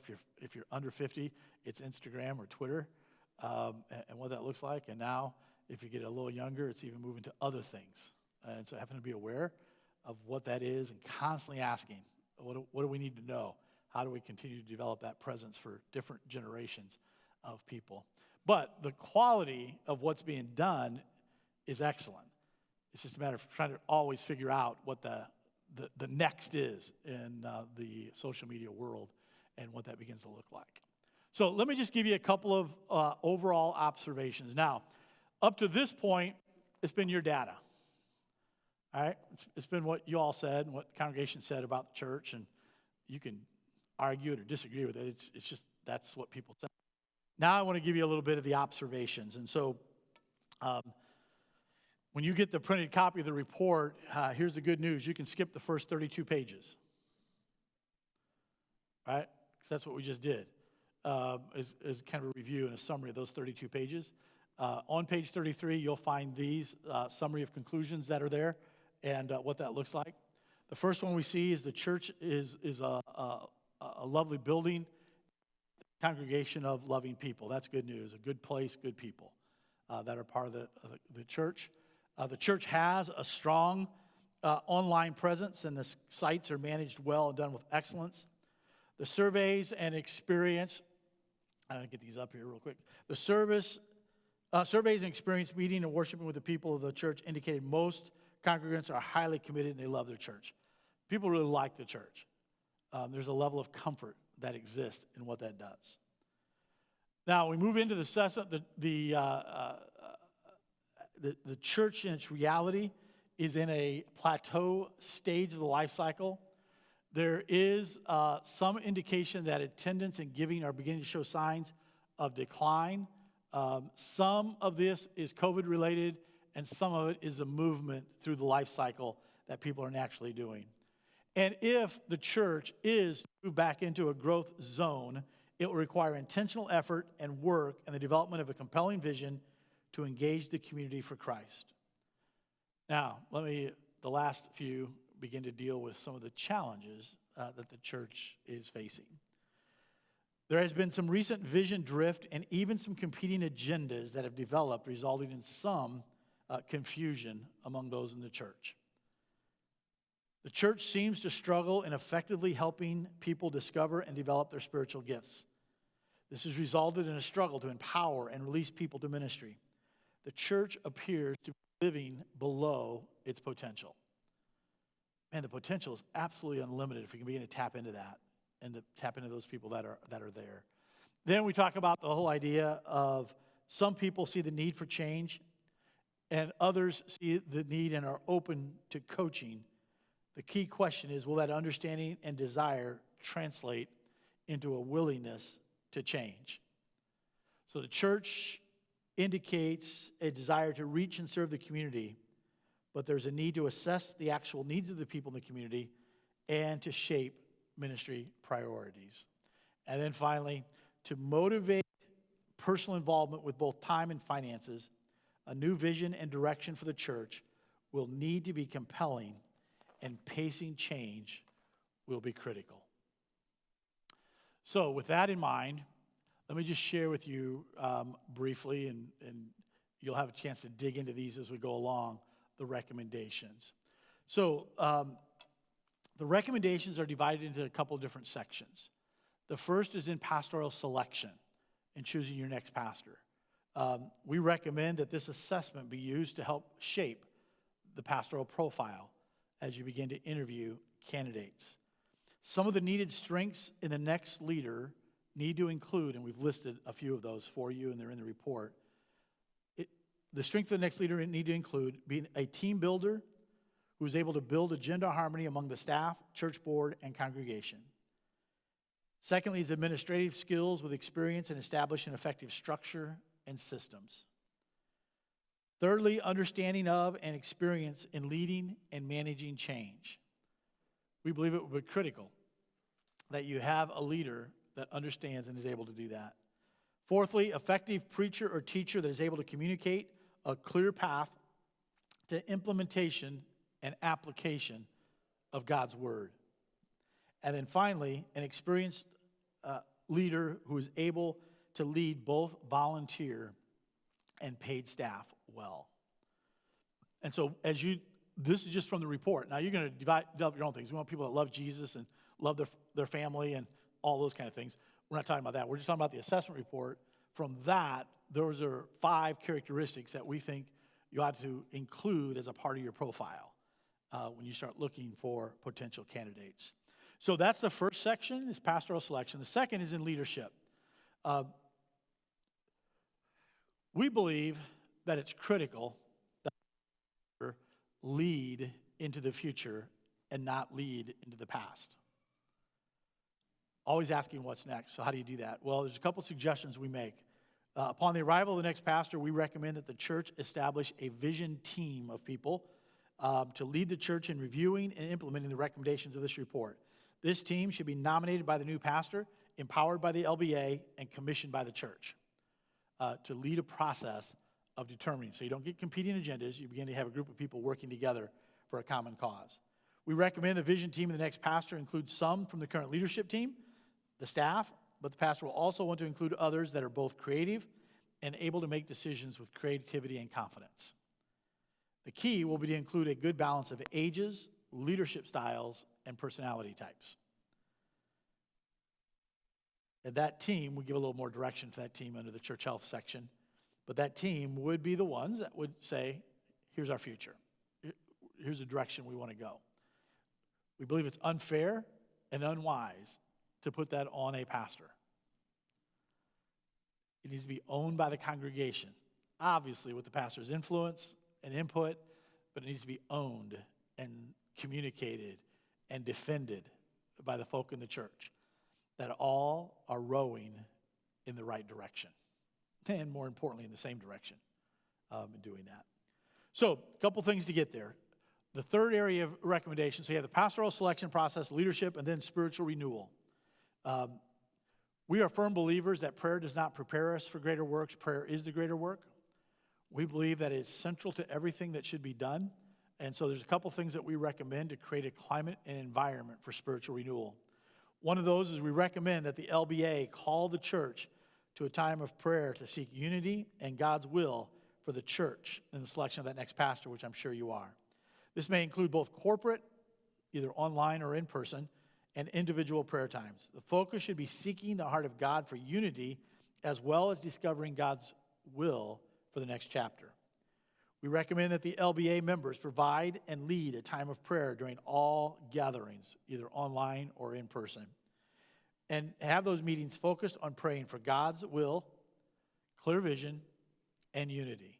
In other words, we're praying for what the future is going to be like even before we have a future leader, that God would give clarity to what that looks like. We recommend that the next pastor preach a series of messages focused on spiritual renewal, developing a passion for the lost, and recapturing the heart of Jesus for his church. See, we have a personal desire, but unless it becomes a passion, we'll never change anything. So we have to change the heart before we change the action.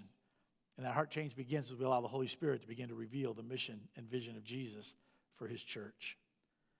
And then the fourth area of recommendation, so pastoral selection, leadership, spiritual renewal, is in the area of church health.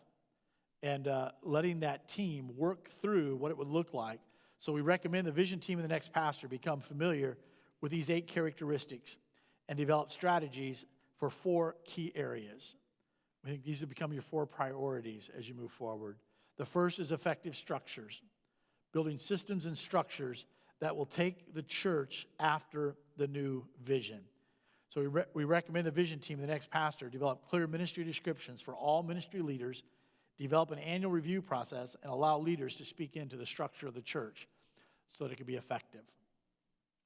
And then we talk about empowering leadership. So it's effective structures, empowering leadership. We recommend that the vision team and the next pastor focus on identifying, recruiting, and releasing new leaders.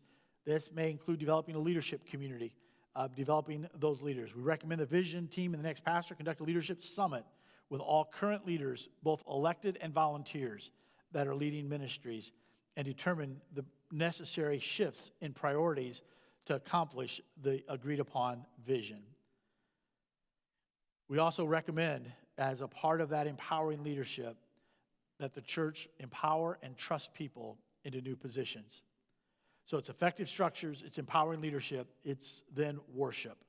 We talked a little bit about that, but there's a need to just evaluate as the church begins to regather together to make sure that the preaching is connecting and people are applying what they're doing, so that what you do on Sunday impacts what they do on Monday.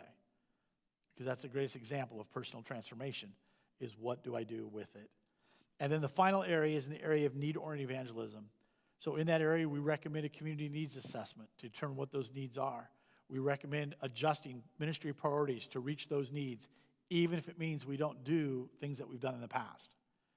We lead forward, not backward, so that we can engage lost and broken people and the community around us. So that becomes the agenda. So this vision team and the new pastor, establishing the vision, identifying core values, taking a look at how we can improve the health of the congregation intentionally, how do we engage people more effectively, and then the final area of recommendations are in the area of communication and celebration. One of the key things that if we're going to change hearts before we change action is accurate, open, transparent communication.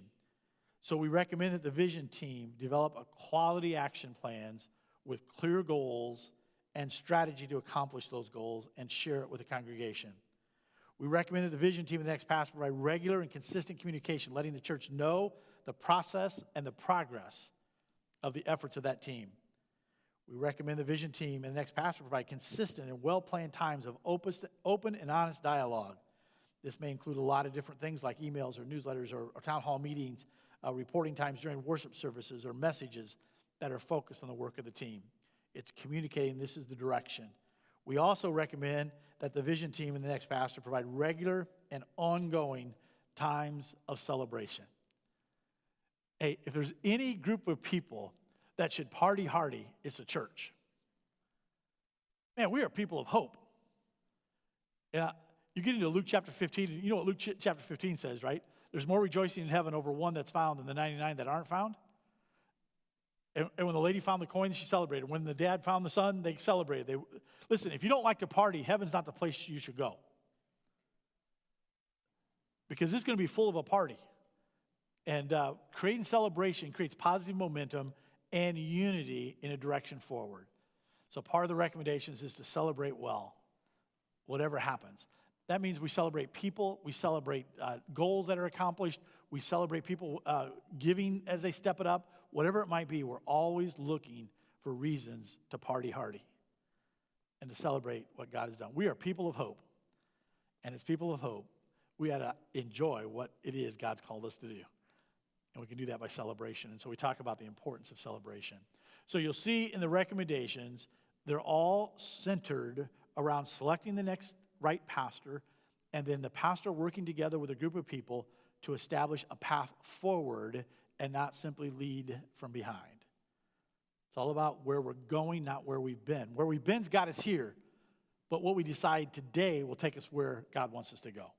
And if we're not careful, we can get stuck in the plateau stage, decline stage, and dropout stage unless we're intentional about identifying the next chapter in the church's history. So, all of that said, when you get that report and you want to look at it, you can skip those first several pages and you can turn over to page 24. And then we get to page 34, which is the recommendations. Hey, listen, the recommendations are only 2 pages. Single space, but I mean, they're only 2 pages. We try not to make it complicated. We try to make it simple to take those next steps of what that looks like with that next pastor. There are a lot of resources, a lot of things out there that will help if they need it, but it's moving forward intentionally to do that. So, good news is there are a lot of positive things about River's Edge Church. There's so many great things that people love Jesus and they love each other and they love their church, and that's exciting. There's so much potential that's untapped to take us into the next future, and as you begin to tap into that, it's amazing what can happen. Even though it'll be different, it'll still be good.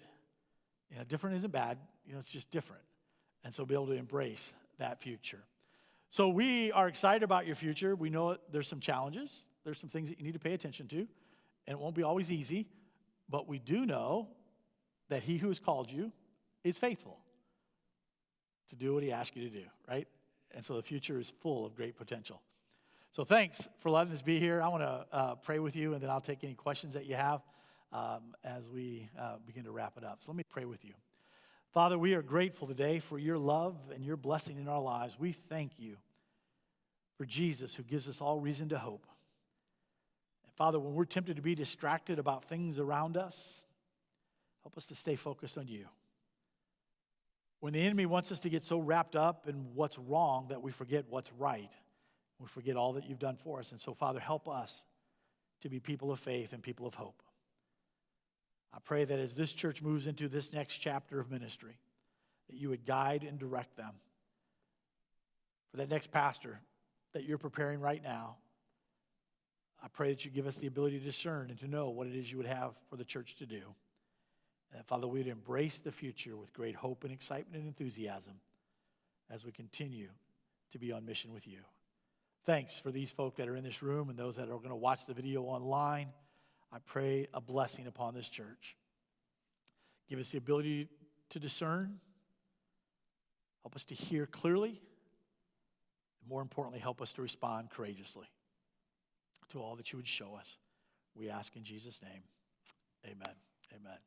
All right, thanks.